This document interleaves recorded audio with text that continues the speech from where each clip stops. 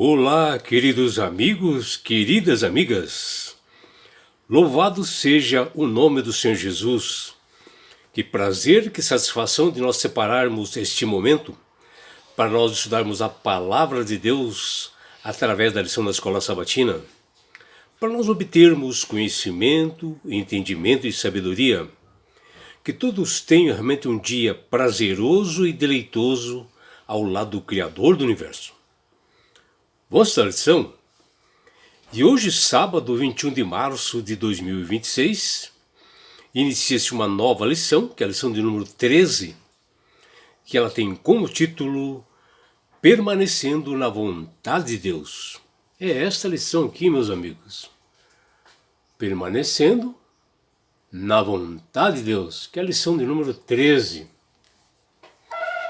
E a lição que inicia-se hoje e que nós estudaremos durante toda essa semana, o apóstolo Paulo enfatiza o seu desejo que os cristãos se conservassem maduros espiritualmente e plenamente convictos de toda a vontade de Deus. E a lição 13 dessa semana ela está baseada nos seguintes livros das Sagradas Escrituras: 1 Tessalonicenses 5, Colossenses 4, Efésios capítulo 6, 2 Timóteo capítulo 2, Atos capítulo 13, Filipenses capítulo 3, Mateus capítulo 5, Romanos capítulo 4, 2 Timóteo capítulo 4, Colossenses capítulo 1, Marcos capítulo 13, Tito capítulo 2, 2 Pedro capítulo 3, Apocalipse capítulo 3, Isaías capítulo 60 e 62, Apocalipse 18 e Hebreus capítulo 13. E na abertura dessa lição 13, nós observamos uma figura, um desenho, que representa tudo que nós estudaremos durante essa semana. Que se vocês observarem aqui,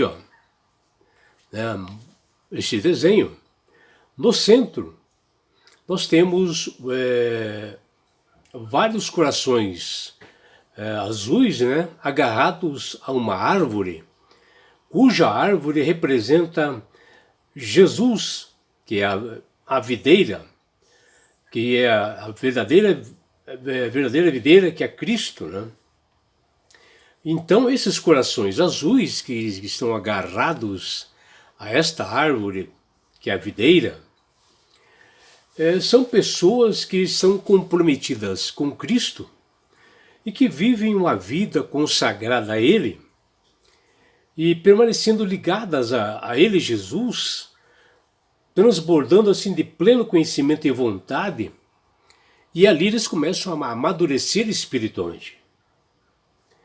Já os corações pretos, que vocês podem observar caídos ali no solo, são pessoas que, por sua livre e espontânea vontade, se desligam de Jesus e assim eles morrem espiritualmente, deixam a grande oportunidade de estar no reino dos céus. E o que nós podemos ver na lição 13, que é a última lição do trimestre, que Deus ele tem assim um plano piloto para a nossa vida. Podemos ter a certeza do que tudo que Ele faz é para o nosso bem. Ele quer o melhor para nós porque Ele é o Criador e mantenedor do universo e Ele deseja realmente o melhor para seus filhos. Ele deseja realmente de estar de mãos dadas num lugar onde não haja mais dor, não haja mais morte. Quando nós olhamos para trás nos acontecimentos, nós vemos que a mão divina tem conduzido a nossa vida até aqui. Quando nós olhamos para frente, podemos confiar nesse guia divino que realmente nos conduz, mostrando o caminho que nós devemos vencer todas as batalhas dentro desse grande conflito. Como não existe assim acidentes para Deus, nós ficamos com um dilema para decidir como conciliar a vontade divina e a responsabilidade humana, nós temos que analisar e cada cristão observar isto. E aí que entra a vontade permissiva de Deus, e nós temos que saber que nós estamos diante de um grande conflito cósmico espiritual entre o bem, Deus, e o mal, Satanás. E nós temos que escolher de que lado de nós estaremos e dispostos a caminhar até a eternidade. A vontade de Deus não é a única a gerar situações no universo, né? Deus deu o livre-arbítrio a todos os homens para que eles pudessem ser um agente moral com o poder de escolha, ou seja, ser livre, onde também existe a possibilidade deles escolherem o mal. Pensando nisto, o responsável pela lição 13 da escola sabatina colocou o seguinte verso para memorizar para a nossa reflexão, que nos diz: em tudo deem graças, porque esta é a vontade de Deus para vocês em Cristo Jesus, que está lá em 1 Tessalonicenses capítulo 5, versículo 18. Que o que vemos aqui, que o apóstolo Paulo, ele fala para aqueles que aceitaram de estar ao lado de Deus, aceitando a Jesus como o Salvador de sua vida, e essas pessoas têm que colocar como um estilo de vida a gratidão, mostrando a evidência da confiança que eles têm realmente neste Jesus. Ou seja, tem confiança nessa soberania divina, mesmo em dificuldades, aflições, mesmo que tenhamos que passar pelo vale da sombra da morte, sempre dando graças ao Senhor.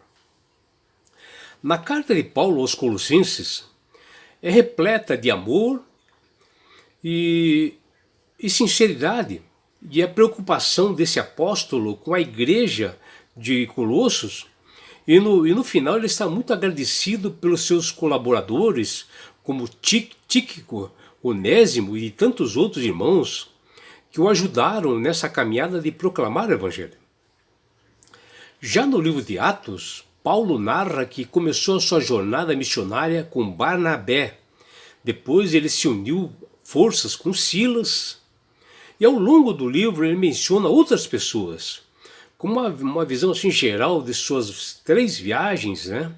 E por isso ele diz a nós, hoje, deem graças em toda a nossa caminhada.